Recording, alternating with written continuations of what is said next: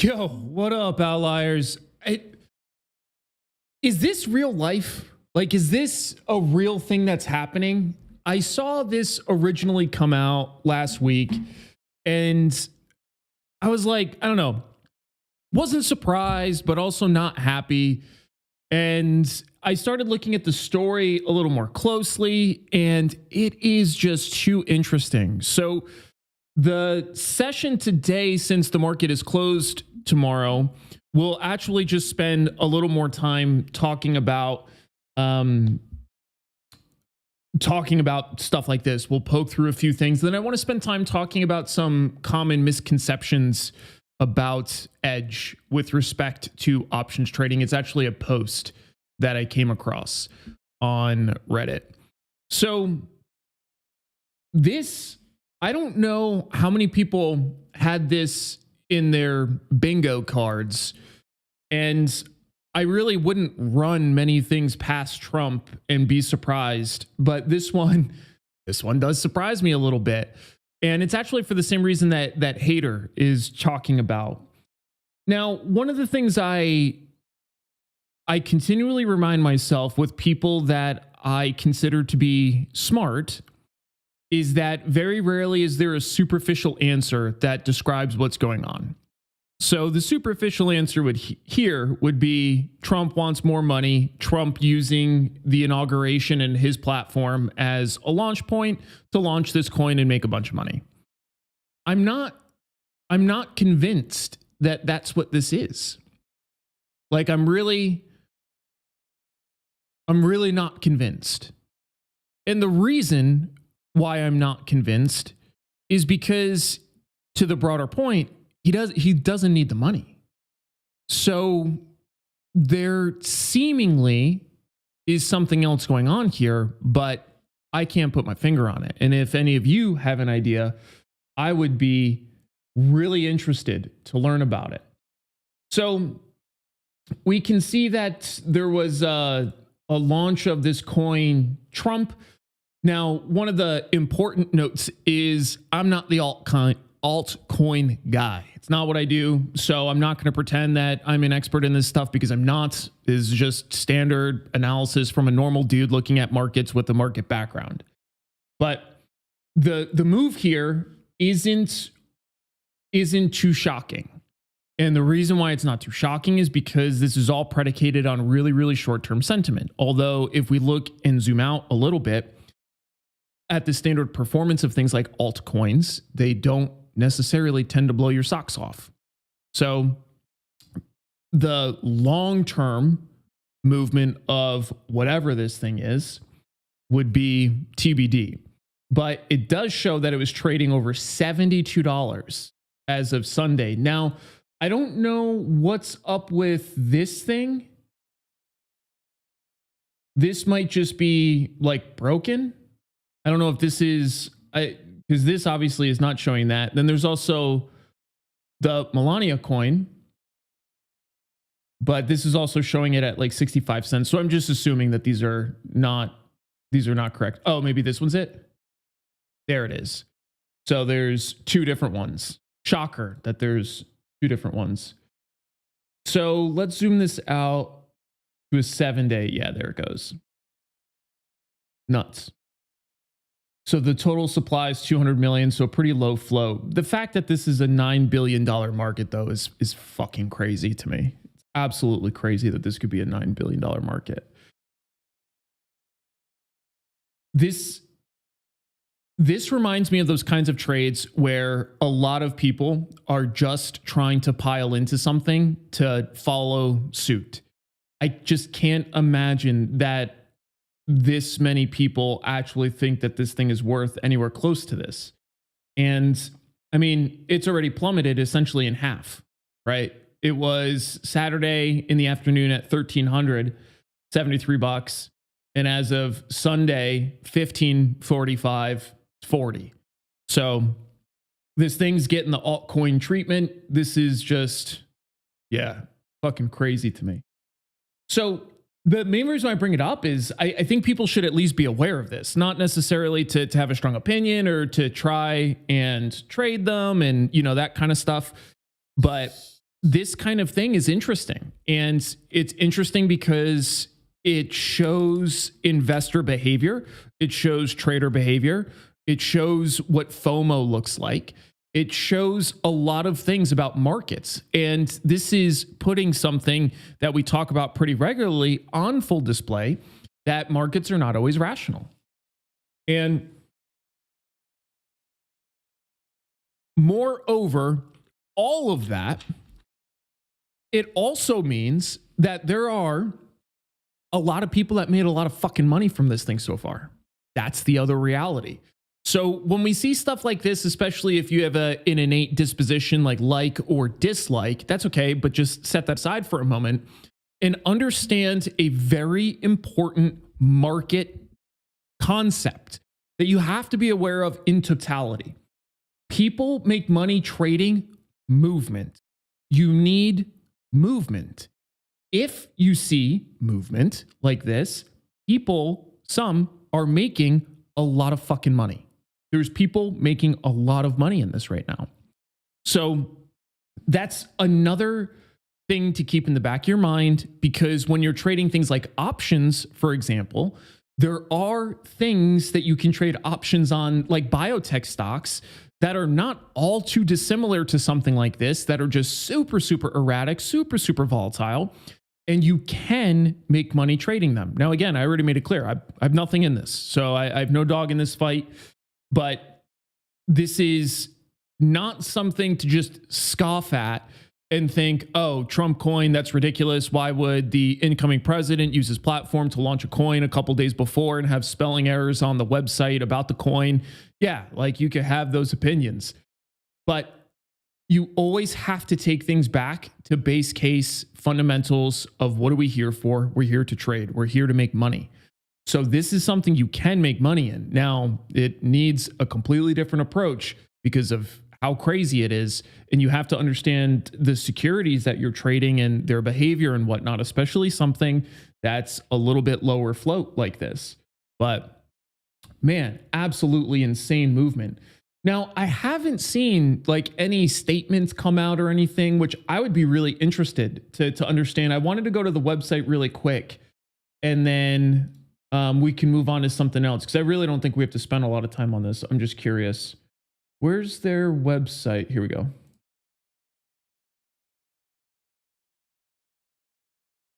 That's not at all what this dude looks like. It's interesting because, I mean, Trump doesn't look bad, but he's a 70-something-year-old dude. He has a bit of a gut. Like, this doesn't look anything like him. So it's just another fucking weird thing to me. Official Trump meme. I want to see like what Trump memes are intended to function as an expression of support for and engagement with the ideals and beliefs embodied by the simple Trump, and the associated artwork are not intended to be or to be the subject of investment opportunity, investment contract, or security of any type. Smart. Get Trump memes is not political and has nothing to do with any political campaign or any political office or government agency.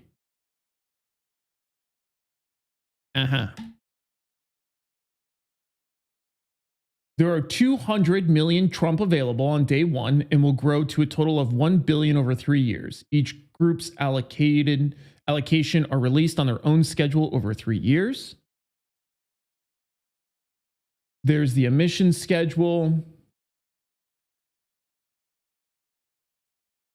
And then they're mostly upfront, supposedly unlocking primary liquidity provision, which is interesting. It's a little bit like that whole Hawk Tua coin thing. The coin world is so fucking curious. And if you're an options trader, you have to look at the coin world. The reason why you have to look at the coin world is this coin stuff is kind of like when options were first being brought and rolled out more broadly. There's opportunity here, but there's a lot of nuance. You have to learn a completely new thing, which old dog, new tricks. I'm good. But I can definitely see that there's opportunity in stuff like this, even though it's not an investment thing, according to them. Clearly, people think otherwise. So, yeah, wild. Absolutely wild. Now, let's take a look real quick at that Melania coin too. I'm just curious about this one. So this one doesn't seem to be moving quite the same. I mean, obviously it went from 00449 peaking at 045. But again, it's the same thing. It's that volatility. There are people that are cashing in big time on that volatility. And let's see this one really quick. America's Comeback Lady on ETH.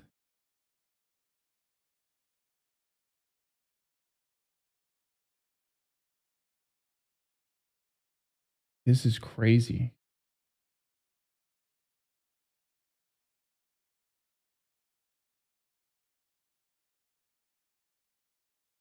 What the fuck?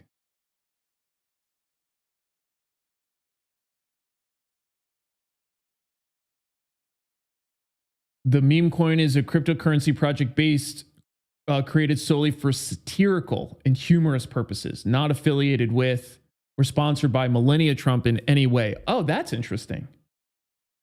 So who owns this project?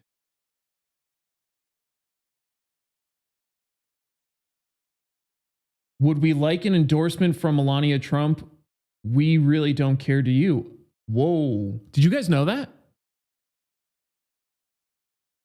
I did not. I genuinely did not know this.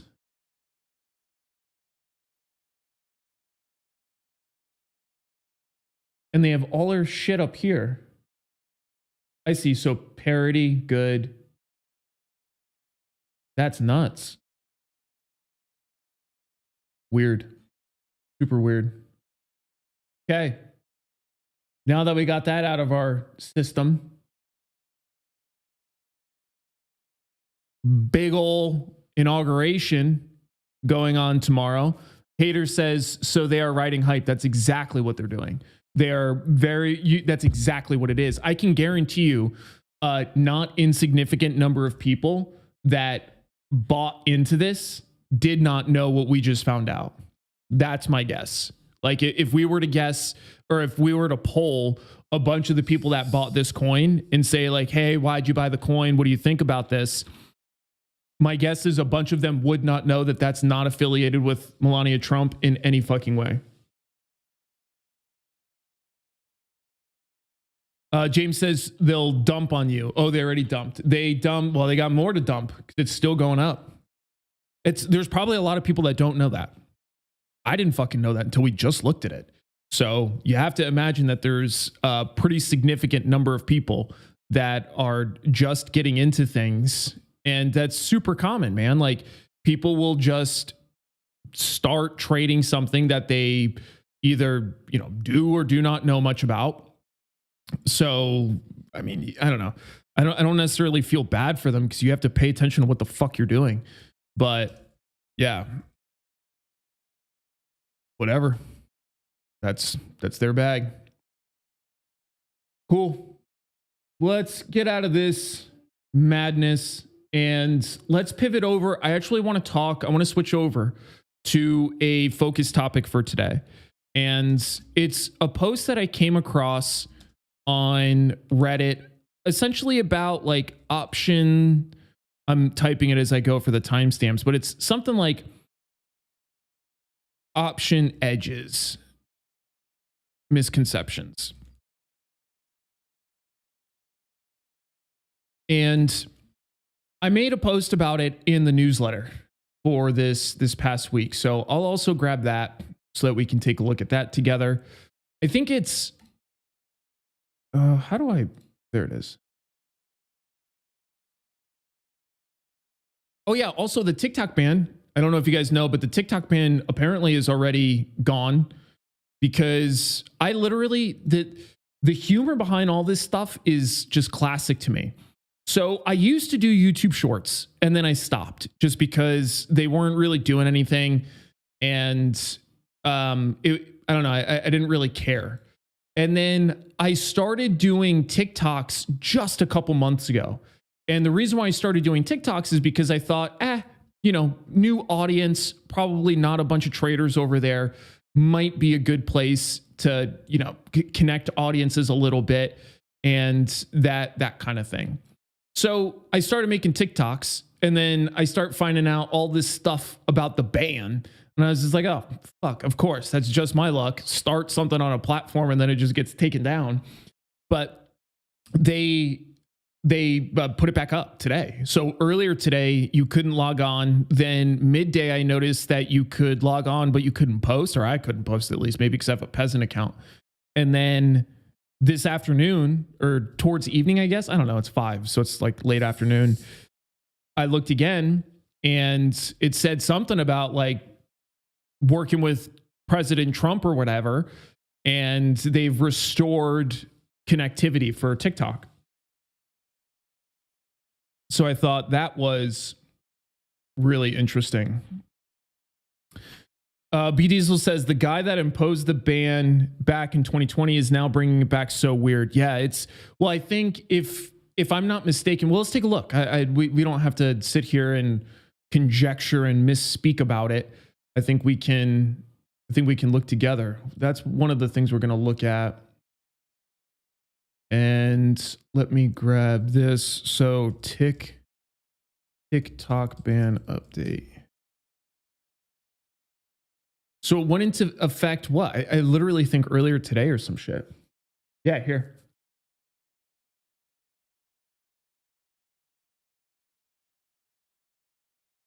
All right. TikTok began restoring service to users in the US following a temporary and voluntary shutdown that lasted less than a day. The company said Sunday that it was in the process of reinstating access after President-elect Donald Trump vowed to try and pause the ban by executive order on his first day in the office. We thank President Trump for providing necessary clarity and assurance to our service providers that they will face no penalties providing TikTok to over 170 million Americans. TikTok said in a statement, it's a strong stand for the First Amendment and arbitrary censorship, blah, blah, blah, blah, blah, blah, all bullshit. So I'm very curious, though, where they're going to land, because if this is the main problem as far as the government is being involved. They're saying we don't like that it's owned by a Chinese company. Because the other thing that I have learned about TikTok is that there are different versions. And the US version is a hell of a lot different than the Chinese version, which that's noteworthy.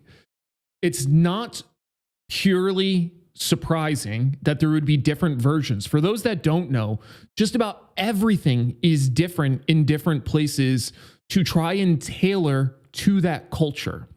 A great example of this is Disney. If you go to Disney in the US, you'll get the US Disney experience. They tried when they first made Disney over in Japan, they were so excited about Disney in Japan.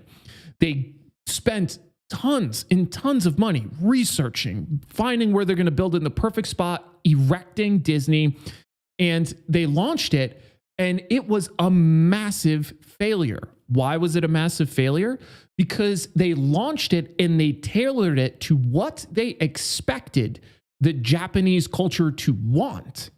And funny enough for Disney, they didn't fucking want that. They wanted the American experience. So then they revamped all of Disney in Japan, and then it ended up being a massive success. The point is, the default for companies is when you're rolling things out in different countries, you try and tailor whatever it is to the individual country that you're in, because there are different cultures, subcultures, elements and artifacts of the way that they do things that you can connect more effectively. So the fact that there's a difference between US TikTok and China TikTok, that's not all insanely surprising to me. But if you look at the kind of materials that are being moved through the algorithm, whether it's the actual people that are supporting it or if there's a back end process that's ghost handing it along? That's another question, because we've seen that even with domestic based social media companies, where we know for a fact that they have a pretty significant hand in the processing of algorithms and what has bigger reach than other stuff. So a lot of really interesting intricacies behind this. And it says TikTok said a sale wasn't possible and challenged the law in court, but it was rejected by unanimous Supreme Court on Friday. So then Trump on Sunday posted that he would restore TikTok, writing, "Save TikTok," and then vowing to issue an executive order on Monday to extend the period of time before the law takes effect. Further, he said there would be no liability for companies that helped keep TikTok from going dark before the order went into effect. Americans deserve to see our exciting inauguration on Monday, as well as other events. I would like the U.S. to have 50% ownership position in a joint venture. By doing this, we save TikTok, keep it in good hands, and allow it to stay up. Without U.S. approval, there is no TikTok. With our approval, it's worth hundreds of billions of dollars, maybe trillions. This is one of the cool aspects of the way Trump does things, is a lot of it are seemingly just standard deal making, but these are the kind of things that you don't really see happen that much. And it's because there's a ton of other competing interests. But the idea of having shared ownership alleviates a lot of those concerns, I think, at least, but we'll have to see. So the court decision said in the divestiture ban does not violate the free speech rights of TikTok or its users, agreeing with the government position that the platform could be used by China to collect vast amounts of sensitive information on Americans. This doesn't fall on deaf ears, but this also begs the question, what kind of information is being collected then? And why is it so sensitive in the hands of China as compared to US corporations or whatever? Maybe we don't necessarily need to collect that amount of information. That's all theoretical shit. Don't have to get into it. To me, this just begs a couple following questions is all. And let's see. Biden administration said enforcement of the law would be left to the incoming Trump administration. The company took itself offline shortly before Sunday's midnight deadline. Users in the U.S. opened up the app late Saturday night, were greeted with the message, "Sorry, TikTok isn't available right now." Yeah, okay. Okay, here we go. Even if Trump declines to enforce the ban, the law would still be on the books, and companies like Apple and Google could be penalized down the road for violations. Trump previously vowed to save TikTok, and 90-day extension is something that will most likely be done because it's appropriate. If I decide to do that, I'll probably announce it on Monday. The law includes a provision that allows for short-term extension if there is progress in sales. Interesting. Mock Chicken says Temu collects more information on its users and there's absolutely no rush for Congress to ban its presence. Interesting. I honestly don't know much about it, so I can't comment intelligently, but if that's the case, interesting, as per usual. There's pockets of stuff like that that seemingly don't fully jive or make complete sense. Curious. Cool. Off we go on this. All right. Let's talk about options.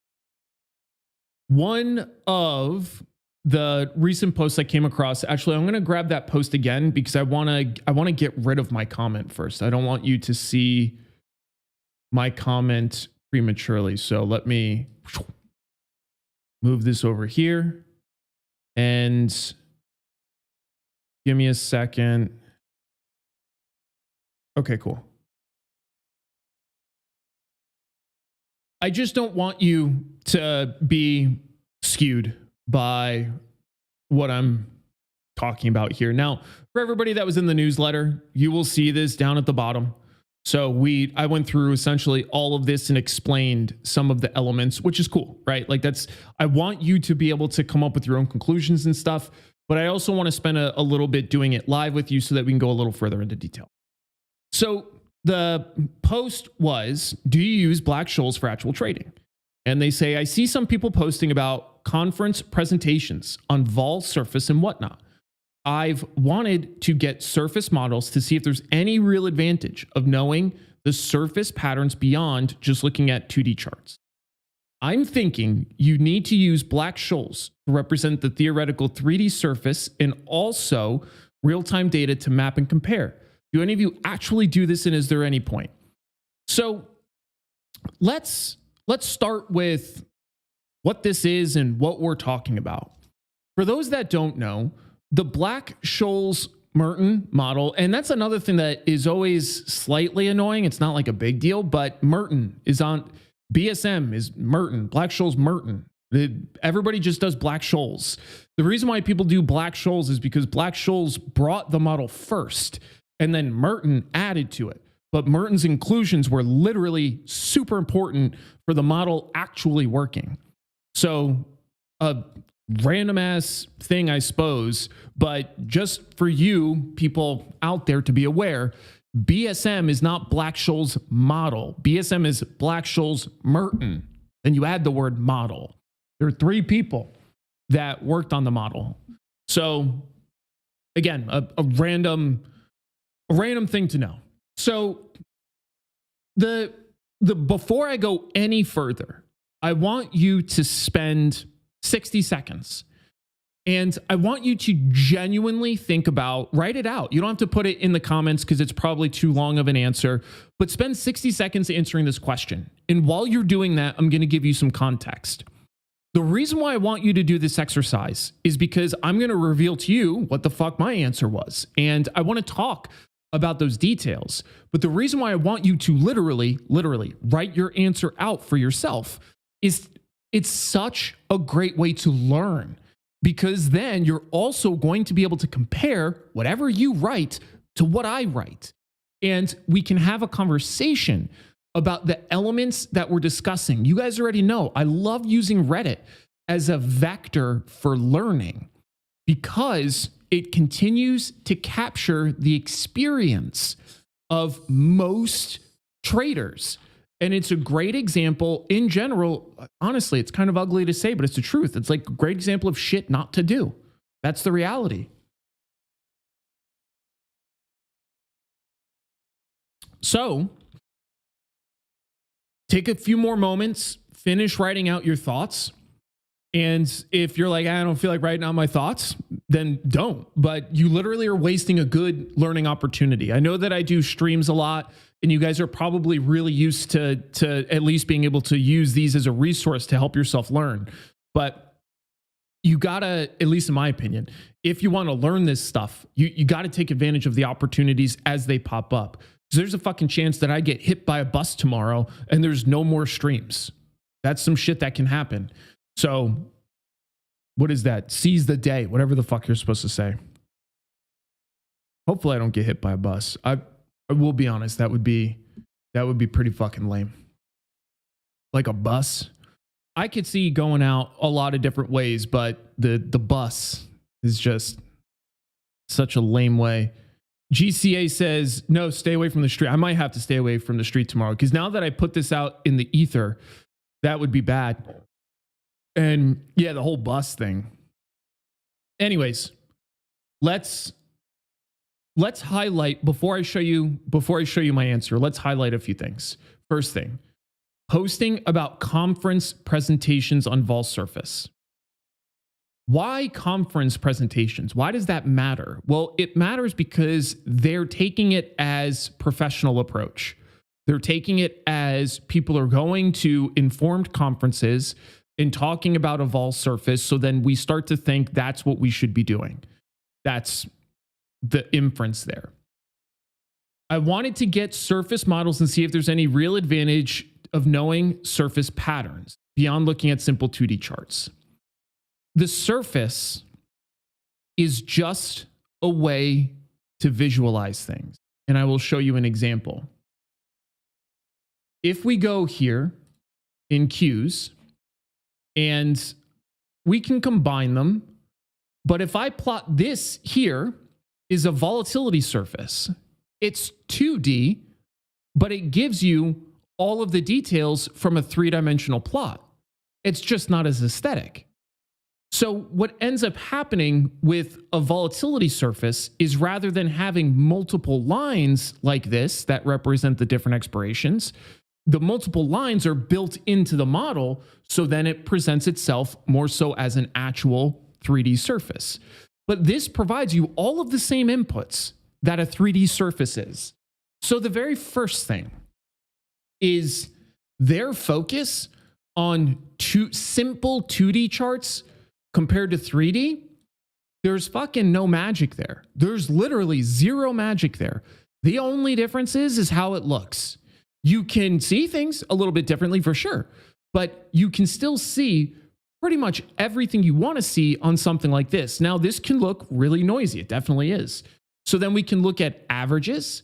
We can look at things like out of the monies. We can get rid of certain expirations, and maybe we focus on a front expiration and then the next primary expirations and see what that looks like. Interesting. The 21 Jan expiration looks fucking psychotic compared to these others. I can see inversions and yada, yada, yada, all this other kind of shit.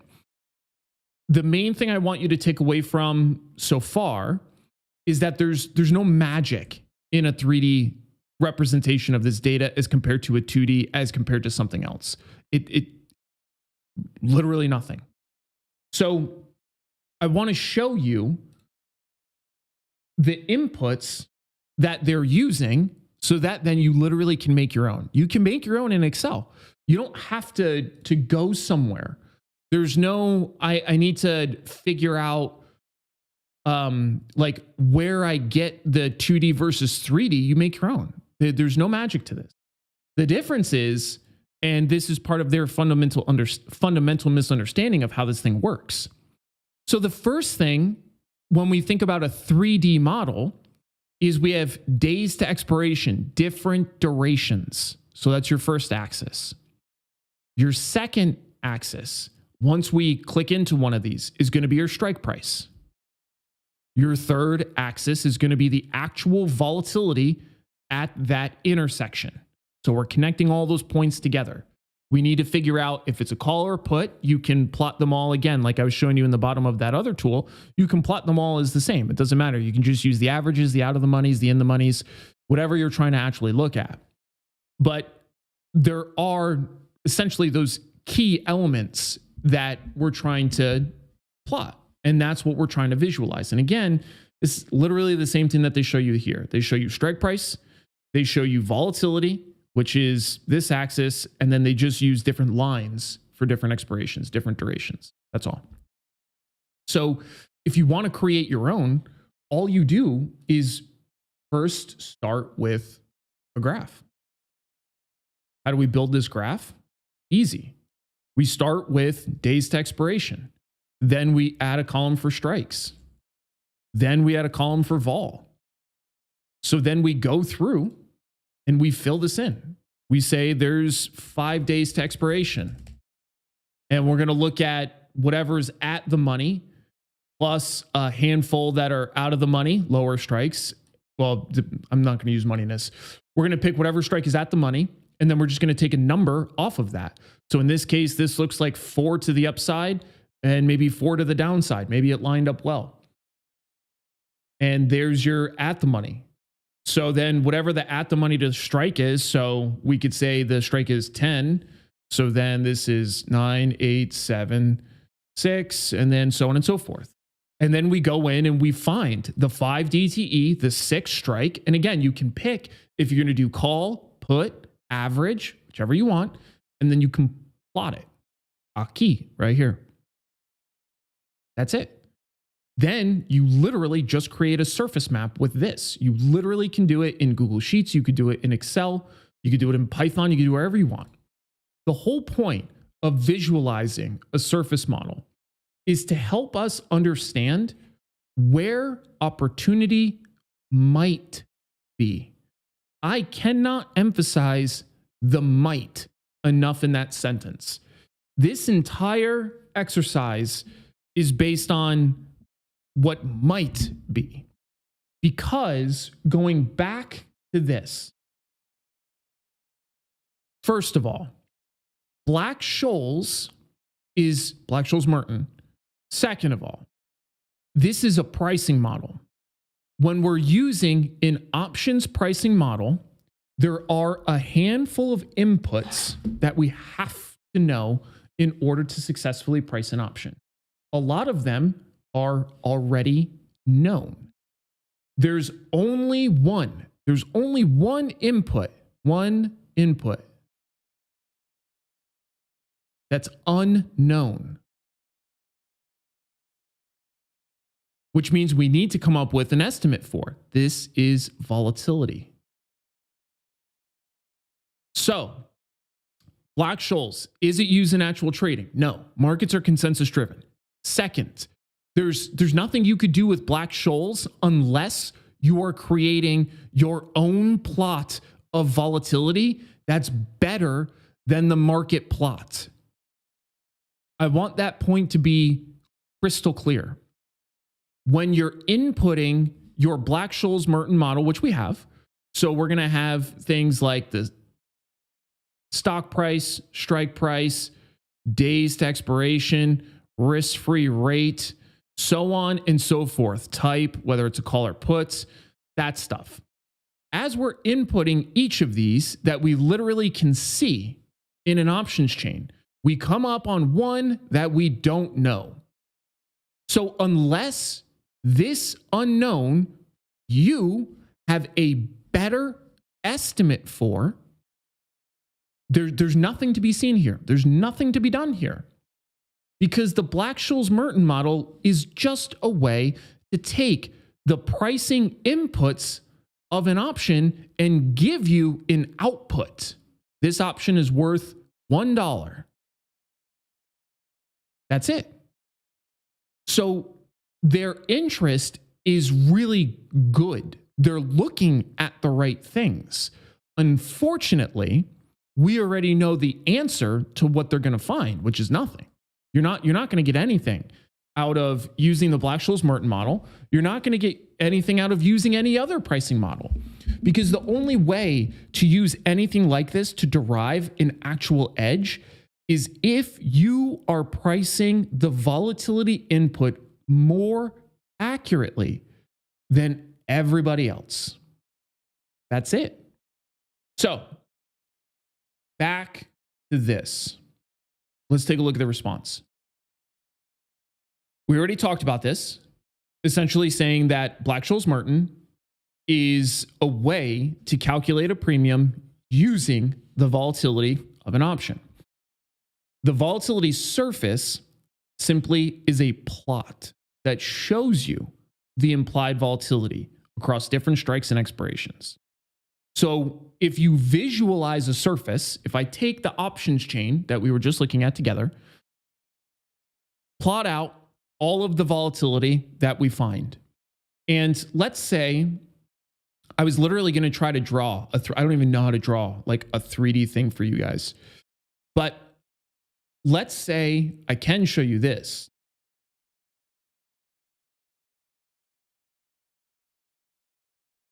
Let's say here, I can see that the 21 March 540s are priced more richly than the 21 Feb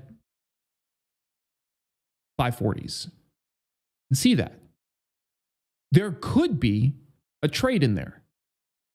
There could be a reason why it's priced like that. More often than not, there's a reason why it's priced like that. You might not know what it is. Just like if you guys see me go through when I'm doing the GameStop analysis stuff on Saturdays, there's a lot of times I'll come across shit that is telling me something's going on. I don't exactly know what it is, as you don't always know. But what I can tell you is that in general, we expect expiration cycles that are further out in time to have higher implied volatility. Not always the case. So then if you visualize this on a 3D surface or a 2D surface like this is a volatility surface. This is what we're looking at. If I visualize this and I see this, it could be something, or it could be completely explained by a reason of some sort. We just don't know what.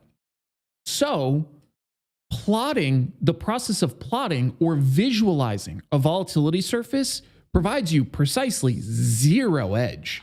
You get zero edge. It's just a way to visualize stuff. What I want to highlight to you is this is something that retail traders do all the time. Retail traders go through the process of learning, and they feel once they've learned something that they're now entitled to some sort of output from that learning. If I know what a volatility surface is now, I should be able to extract an edge from that. I put in the effort to learn the volatility surface. It's not how markets work. It's not calibrated based on the effort you think you put in.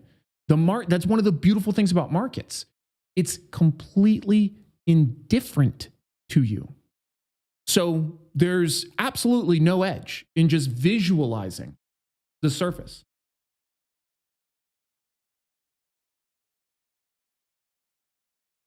So going through the process of plotting a surface can be really useful. Just like I showed you, we came across an example where there might be something found, right? We might see something there, meaning if I see a longer term expiration that's priced more richly to a near term expiration, there might be an opportunity there. Maybe I buy the vol on the further expiration and sell it on the near term expiration. There could be something there, but it doesn't inherently mean there's something there. So then, anyways, we go down this thread a little bit more, and there's a comment here. So they then come and say, yeah, I haven't really delved into how it can be used. So I can tell right from the beginning there's a slight defensive element to the way that they're framing, but that's okay. But yeah, IV is an input for BSM, but it's calculated backwards from the actual premiums paid in actuality. What they're trying to say is you can use Black-Scholes-Merton model to derive, it's a derivative, it's a differential equation. You can derive components from it, so you can derive out what volatility is being priced at. But guess what? Your platform will do that for you. It's automatically going to do it for you because that's a base function. So what that means is the way that we're arriving at this implied volatility surface percentiles here, this isn't TD Ameritrade that's saying, throwing their surface model out there and saying, based on my calculations and my surface model, implied volatility should be this. They're not doing that. They're taking the current price and then they're deriving out the volatility based on the other inputs, which are knowns. We know that this is 33 days to expiration. We know that this is a 520 strike. We know that this is a call. We know what the dividend is. We know what the risk-free rate is, so on and so forth. So we can take, it's just a basic differential equation. We can take elements out of it to isolate components. So that's what's happening here. And that's what your platform is already doing for you. So then it says, I'm just curious to know if there's any point to look at it. And again, they're confused with what they're looking at. Like, is there a point in looking at the volatility surface? Sure. Again, you can come across ideas in there, but there's no edge baked in. And then it says like a mismatch in call put parity. The probability that you as a retail trader are going to spot and be able to trade put call parity is about null. There are high frequency trading systems that are seeking to arbitrage those relationships immediately, because that's an arbitrage and that can be an actual risk-free trade. So if there's a mismatch in put call parity that you are seeing with your eyes as a retail trader, there's probably a reason for it, because the overwhelming majority of instances, there's going to be high frequency trading algorithms that are going to see that light years before you ever see it. I got to pop the door for Thor because Mel just got back.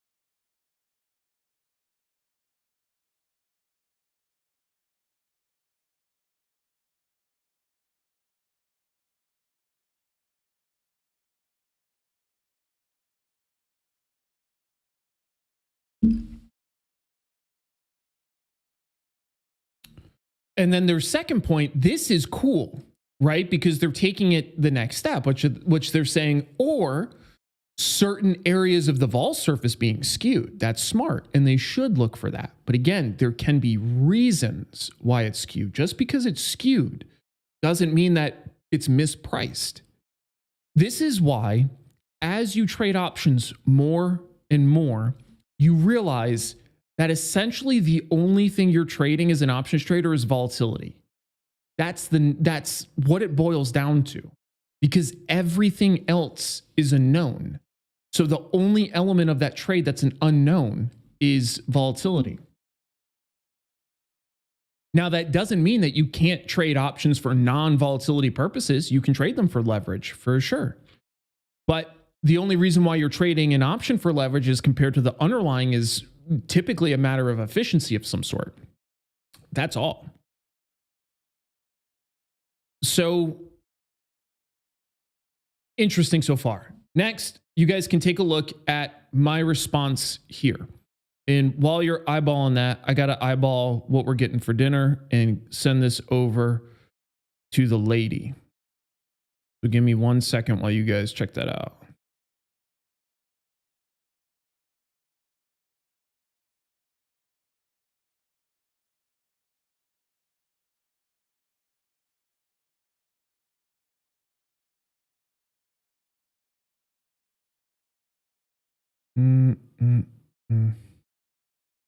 James says, what you getting? I don't know yet.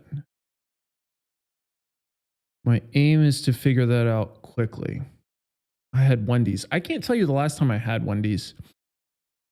I normally am not super into Wendy's. I don't do a whole lot of fast food in general, but Wendy's itself, I feel like doesn't normally have a great vibe to it. Maybe that's being unfair. It could be unfair. That is how I feel, though. No. There's a place that does like tandoori. We'll probably get that. I don't really know what tandoori is, but like Indian of some sort. It's typically pretty good. All right. Dinner locked on, sending to Mel.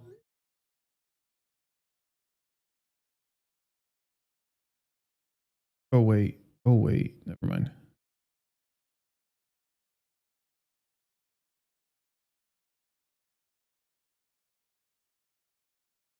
Quesadillas?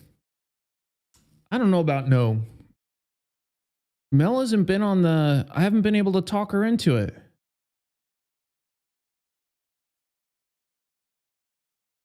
She's been anti-Mexican, which is funny because she typically likes Mexican. Whatever. We all go through phases. All right, dinner order sent. Let me throw my stuff in there real fast and then we'll be off. We'll be off to the races here. All right.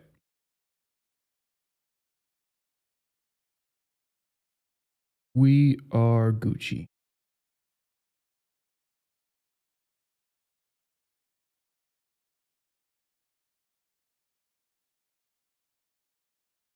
Perfect.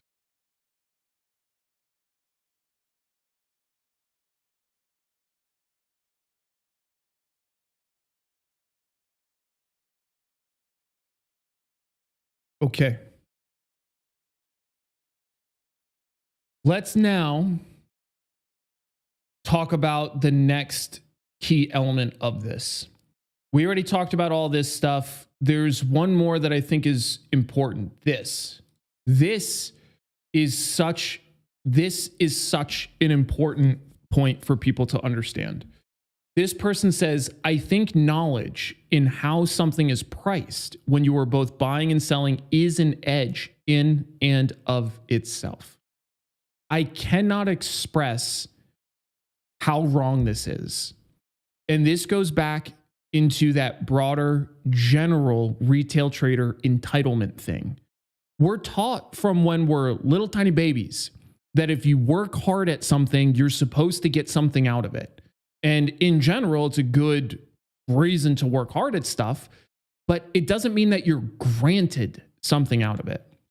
So this is a person that thinks if you work hard to develop the knowledge on how something is priced, that is an edge. And it in no way is an edge. Just because you know how something is priced doesn't equal edge. And you guys know that I come up with analogies all the time. I don't know why my brain does that, but I do. It's how I think about stuff. And this is the example that I gave them. I essentially told them that the knowledge of how something works is table stakes. You have to know how things work in order to do the thing. Just because you know how it works doesn't equal edge. So the example I gave them is if I'm playing basketball and I know the rules of basketball, I know that I have to dribble the ball. I know that if I pick the ball up, I get 2 steps. Unless you're in the NBA, then you can get 14 steps, apparently, as long as it's followed by an incredible dunk. We could look over the 14 steps across half the court. Cool. Joking aside, we know that if you put the ball in the hoop, you get points. Now, depending on how far away, the context of the ball going in the hoop, you get different amount of points. That being said, just because I know if I put the ball in the hoop, I get points, it doesn't mean that I get points. Still have to put the fucking ball in the hoop. I still have to do the thing that I understand. So I highlight this example because I cannot tell you how often I see this. And this is one of the main reasons why I like staying active on Reddit, is because I literally use it as a proxy to understand where people are at. And this is a common one. This general mindset is so common for me to see, where people will feel like once they do something enough or once they work hard enough, that they're then again owed some level of something. And it's just unfortunately not the case. It's how she goes. All right. What else we have? We have a little bit of time left. So I'm happy to bullshit and talk about anything that you guys want to take a look at. Were there any interesting posts or videos or trades or anything that you guys have come across? This is hilarious. This is also another thing that's funny about Reddit is people are they're fucking hilarious. I'm more of a Dr. Scholl's man myself. We got to upvote that. That's so good.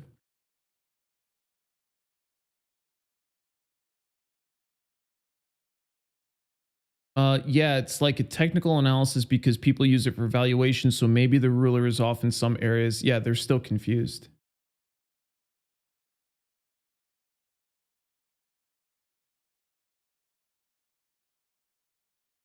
Years options trading, have no interest in Black-Scholes whatsoever. That's not a good thing, right? Like this is a good example of somebody who's just like touting ignorance in something is generally not a great vibe.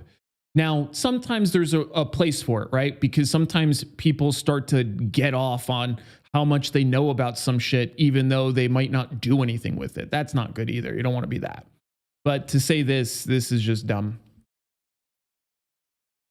Liquidity and monthly expirations, IV rank general understanding of the fundamentals and at least 10% of the stock price in the at the money straddle. It looks like they're just saying like a expectation of move while avoiding earnings and keeping size and delta in my comfort zone. I mean, this is a nothing comment. This doesn't mean anything.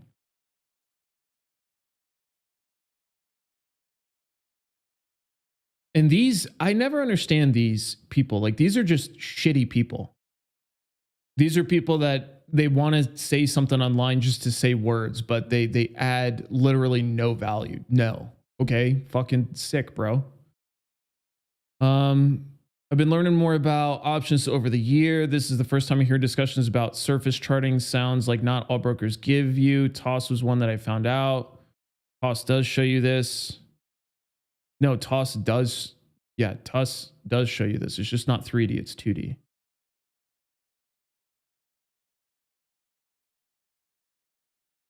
This is also hilarious.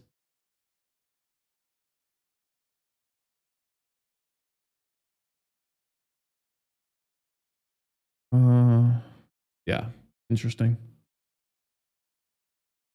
A continual reminder that the vast majority of what you read on the internet genuinely are just people that really are unsure of what they're talking about. I mean, it just is what it is. I hate saying stuff like that because it's annoying and people always overvalue their own understanding of things and undervalue other people's understanding of things. But if you just scroll through Reddit a bit, you'll kind of get a sense of that. Futures down a little bit here. VIX is popping actually not commensurately with the move that we're seeing in the equities. So that's interesting. Crude oil not moving much. James says, what's your opinion on far out of the money put credit spreads? Like 5% chance of expiring in the money. Looks like 25% annually is reasonable with these trades. That sounds like smoking crack to me. If you can show me where you're seeing that, we can talk about it specifically, but no, I mean, think of what you're saying. If I'm trading futures, that's okay. We can look at futures. Tell me which one you're looking at. Options on futures. My guess is you might be actually mispricing options on futures. They're priced differently. So you're probably going to be grossly sad when you go to enter the actual trade you're looking at. It's not going to be worth anywhere near you think it's worth, probably. That's my guess. What's the trade you're looking at? The multiplier for futures options is different than options.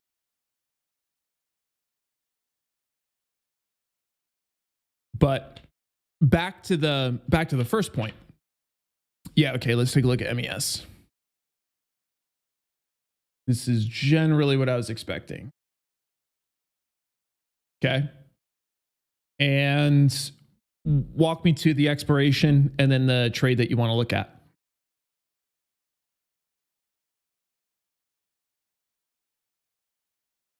And while you're doing that, for the rest of the folks, it's just a good reminder on why it's really important to always keep in mind the context of what we're trying to do.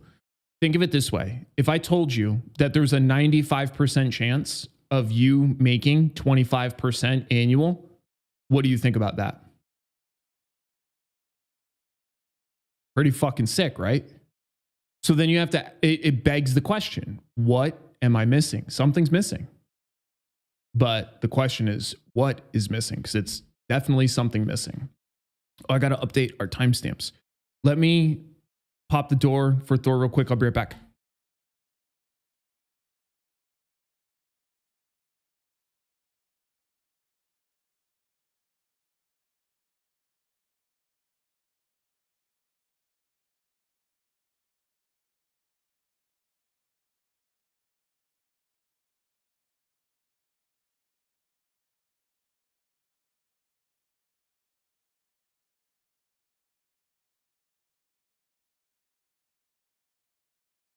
All right. So James says, so like 2 standard deviations, about 3 to 5% probability of expiring in the money. What expiration though?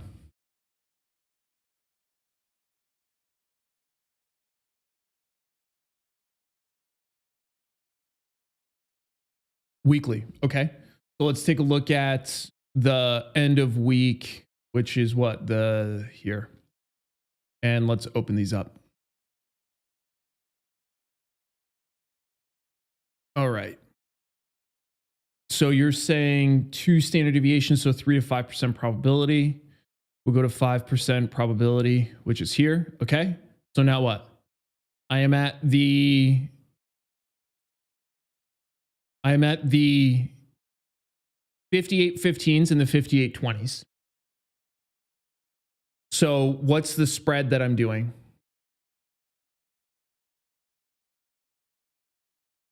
And before we get too far into that, we'll take a look at one other thing, just one down. Okay, so 5 points wide. Yeah, okay. Before we go further, what is this 58.20? What is this put worth? So what's the premium of this put in total dollars? You.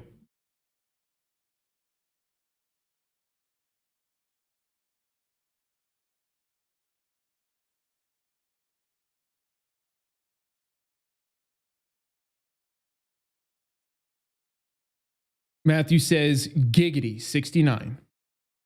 James says, oh, on my platform. No, not on your platform. Not on your platform. Just right here.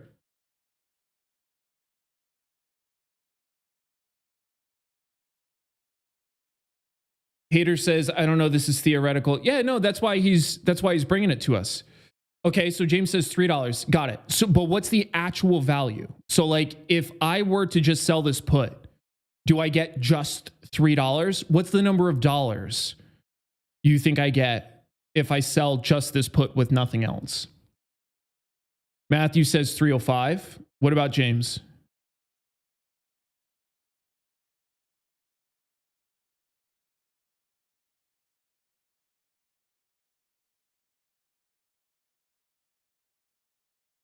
Wrong. James says times 100. So yeah, 305, right? Wrong. The multiplier on futures, on options on futures or futures options, depending on how you want to phrase it, is different, not 100. So and that's exactly, if you remember, before we started doing this exercise, that's the exact thing I said is going on here, is you're misunderstanding what the multiplier is. The multiplier on MES is what? Not 10. What's the multiplier on MES? 5. No, it's not 50. The multiplier on SPX or ES, not SPX, ES is 50. The multiplier here is 5. So what happens if I go again into this option right here and I go to sell? How much am I going to get? Let's take a peek. Let me make sure that nothing else is in here. Yep. Okay. So my max profit here, $14.25. Hella different than 305, isn't it? Hella different. Or even if I moved this to 305 to give us the midpoint. 305. 15.25. So what's going on here? Where's the money? Because the multiplier is different. The multiplier on options futures,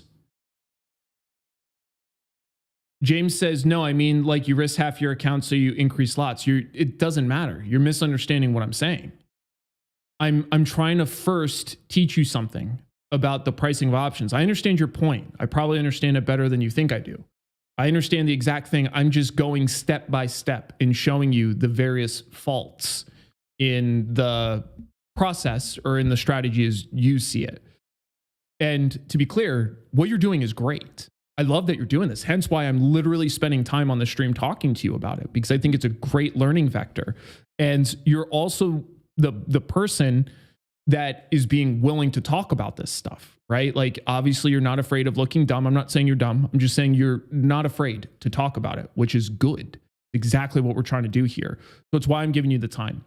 But yeah, no, I'm following what you're saying. I'm just making sure that this first point is understood. And it's the reason why this first point is so important is even if you risk half your account and it's a spread, the total amount of money that you're going to get is different than you think, right? So let's pretend instead of MES, let's pretend that you're trading SPY and it's just because it has a 100 multiplier. If I'm trading SPY with a 100 multiplier and I'm using weekly options and I go to the 5% here, if I sell this, I'm making 26 bucks. And then if I buy this to spread it off, it's 3 pennies is what I'm getting.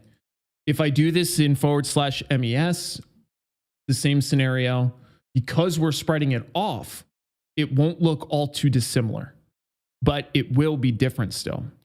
So this is sell this, buy this. And in this trade, your max profit is 75 cents. You see the difference. In the other trade, you at least made $3. In this trade, if you spread it off, you're making 75 cents.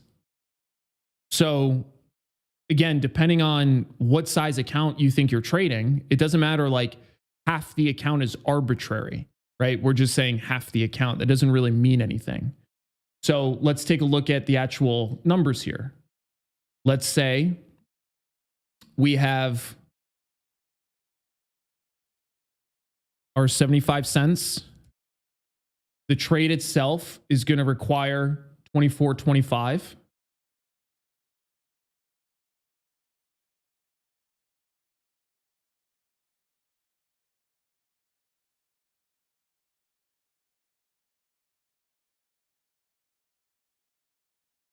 So you're going to risk $24.25 to make 75 cents. So let's just do the math here. You have a $100,000 account. You're telling me that we're going to risk 50% of it.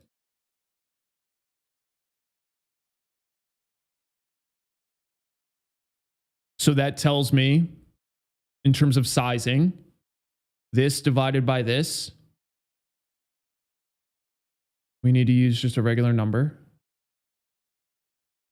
And we have to round down.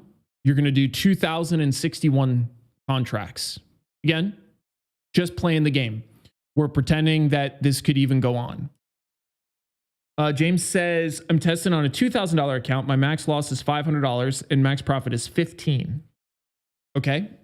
So let's update this. So we're doing 2,000.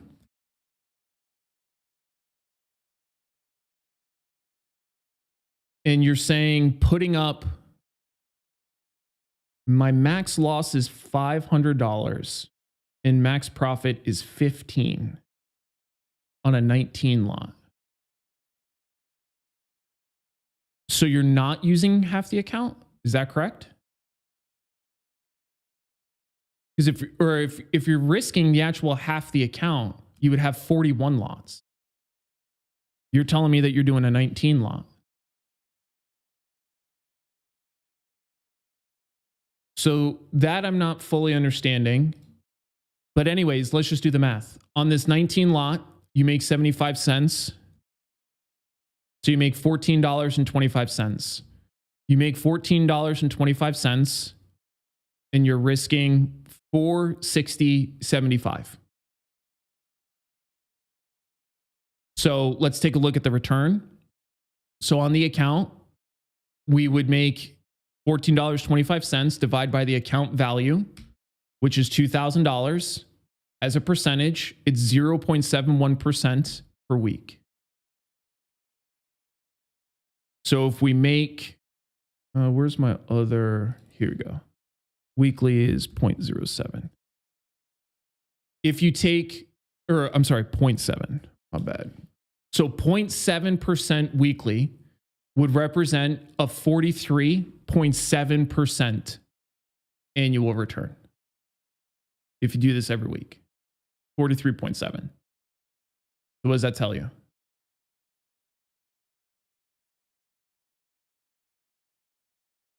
Just applying common sense. And then we'll explain why the hole there. James says, IDK, is it wrong? Well, it's not wrong. It is what it is. But the risk, exactly. Your last comment is exactly what it is. It's bogus. It's bogus in terms of it's not going to work well. And let's talk about why it won't work well. If we have this gain, sorry, let me fix this. If we have this loss against this size, guess what that means? One losing trade wipes out 32 winners. That's not including fees. That's not including commissions. That's not including slippage, including absolutely nothing. One losing trade wipes out 32. So then we have to figure out what the probability is of us experiencing a loss. And we can literally do the math. We can figure out exactly what this might look like. The way we can do that is we can use something like a simple model We can look at pricing as it sits today based on, we can adjust it by volatility or something like that. And we can say, what would I need to see as far as underlying movement in order to absorb a max risk? Meaning the stock would have to be below the bottom strike, whatever that is. So then in this case, let's figure out what that is. 58.10. So it'd have to go to 58.10. Is that where the...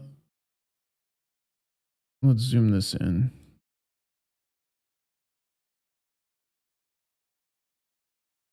So with MES trading right now at 60.26, 58.10 is about right here. And if you'll notice, 58.10 is well within a potential large move. It's smaller. It's outside the expected move, but it's not, it doesn't require a massive move in order to hit that. And it's because we're so close in time. So James says, but we can split these up, do 3 or 4 trades a day. So we risk 2% of the account on each trade. Yeah, the risk side of the equation here is, it's not terrible in terms of size. But let's take a look at what we think might happen. So we might make 14.25. The probability of us making that is 95. And then the loss here would be 24.25. 5. You have a negatively expectant strategy.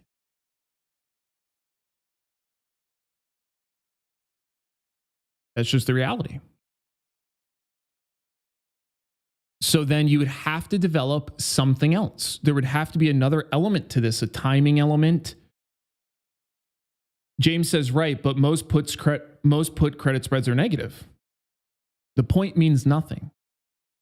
Again, that's an entitled statement. Just because most are negative doesn't mean that it makes it okay. Because we want this to work. Doesn't fucking matter. The fact that most credit spreads are negatively expectant tells you something, and it reiterates the prior point that I was making, that you need something else. James says, but with the right trade management, we can make money. Exactly. So what's the edge here? Because you can't manage the rolling of these options. That's not going to magically make it profitable. So there's got to be something else. Because there's a couple other really important notes here. One of those notes is we're even pretending as if the liquidity would remain there for you to do this, which it won't.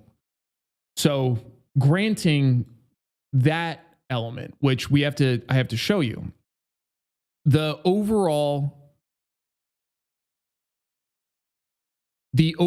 open interest for both of these, the 518 and then the 510, is 0 and 11. So the first thing that tells you is that you're looking at something that's illiquid. That then becomes exacerbated during a down move. That's also exacerbated by the fact that you have 2 legs, both the short and then the long. And then the other problem you're going to face with something like this is when you're trying to roll a vertical. Rolling a vertical is essentially not going to happen. And that's general parlance. It could occur. But the probability of actually getting a well-priced roll on a vertical enough to actually help the vertical is about null. So there's serious practical application downfalls, unfortunately, to it. But without going into any of those, the primary issue that you're going to face is that this is a negatively expectant strategy, and that it would require a much more nuanced approach if we're to hope to make any sort of money on this. But in its current form, yeah, like this is no good, unfortunately. James says I had a massive losing trade on a 0, and I was able to roll out 9 DTE and still won. So I know the max loss doesn't always happen. No, it doesn't necessarily have to always happen. But your one scenario of rolling a 0 DTE trade that was losing out to 9 doesn't help you either. What that ends up doing, especially for something like this, that you're trying to rely on a statistical probability, right? A high probability trade, 95%, is you're now starting to wrap up a bunch of money into losing trades and rolling them out for 9 times the duration of the original trade. That starts to compound in an ugly way really fast. And yeah, like that's its own can of worms that will be problematic for you. So yeah, I mean, the Cliff Notes version is this ain't it. This ain't the Huckleberry. This can win a whole bunch of times, but the very few times that it does experience a loss, it's going to overtake 32 wins whenever that does happen. Even if you choose to roll it and then it continues to fall further in the money. One of the problems that you'll have is the further something goes in the money, if it continues to move against you in a sustained move, then rolling becomes even more and more difficult. And then you actually end up booking a loss on the full trade and you will have a compounded loss, which is not good. So yeah, bad news bears as far as I could tell. Thanks for bringing it up though. As you know, love looking at this stuff. Hope to help. The whole point is to try to save people money from burning money on stuff like this. So yeah, good job bringing it up. All right, gang, time to go eat some dinner. I'm out of here. Be an outlier. I'll see y'all later.